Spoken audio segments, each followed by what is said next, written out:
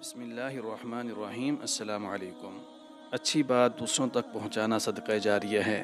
Channel کو subscribe, like اور share کریں، شکریہ۔ خیبر مدینہ منورہ سے 150 کلومیٹر عرب کے شمال مغرب میں واقع یہودیوں کا بڑا شہر تھا۔ یہودی مسلمانوں کے خلاف سازشیں کرتے رہتے تھے۔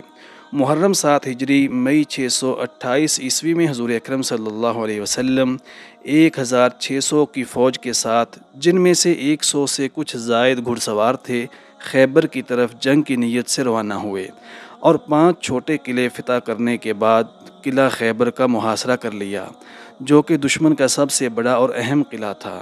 یہ قلعہ ایک نسبتاً اونچی پہاڑی پر بنا ہوا تھا اور اس کا دفاع بہت مضبوط تھا۔ یہودیوں نے عورتیں اور بچے ایک قلعے میں اور سامان خورد و نوش و دیگر ساز و سامان ایک دوسرے قلعے میں رکھ دیا، اور ہر قلعے پر تیر انداز تعینات کر دیے جو قلعہ میں داخل ہونے کی کوشش پر تیروں کی بارش کر دیتے تھے۔ حضور اکرم صلی اللہ علیہ وسلم نے باری باری حضرت ابو بکر، حضرت عمر، حضرت سعد بن عبادہ رضی اللہ عنہم کی قیادت میں افواج اس قلعہ کو فتح کرنے کے لیے بھیجی، مگر مسلمان کامیاب نہ ہو سکے۔ پھر حضور اکرم صلی اللہ علیہ وسلم نے ارشاد فرمایا کہ کل میں اسے علم دوں گا جو اللہ اور اس کے رسول سے محبت کرتا ہے اور اللہ اور اس کا رسول اس سے محبت کرتے ہیں، وہ شکست کھانے والا نہیں ہے، خدا اس کے دونوں ہاتھوں سے فتح عطا کرے گا۔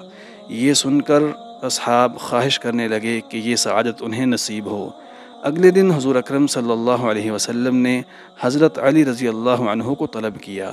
صحابہ کرام نے بتایا کہ انہیں آشوب چشم ہے، لیکن جب حضرت علی رضی اللہ عنہ آئے تو حضور صلی اللہ علیہ وسلم نے اپنا لعاب دہن ان کی آنکھوں میں لگایا، جس کے بعد تا زندگی انہیں کبھی آشوب چشم نہیں ہوا۔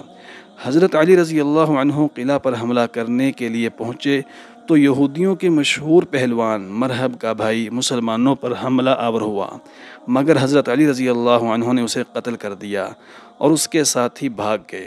اس کے بعد مرحب رجز پڑتا ہوا میدان میں اترا۔ اس نے ذرا بختر اور خود پہنا ہوا تھا۔ اس کے ساتھ ایک زبردست لڑائی کے دوران حضرت علی رضی اللہ عنہ نے اس کے سر پر تلوار کا ایسا وار کیا کہ اس کا خود اور سر درمیان سے 2 ٹکڑے ہو گیا۔ قلعے کا وہ دروازہ جو کہ 20 آدمی مل کر کھولتے تھے، حضرت علی نے اکیلے ہی اکھاڑ پھینکا۔ اس جنگ میں 93 یہودی مارے گئے اور قلعہ فتح ہو گیا اور مسلمانوں کو شاندار فتح حاصل ہوئی۔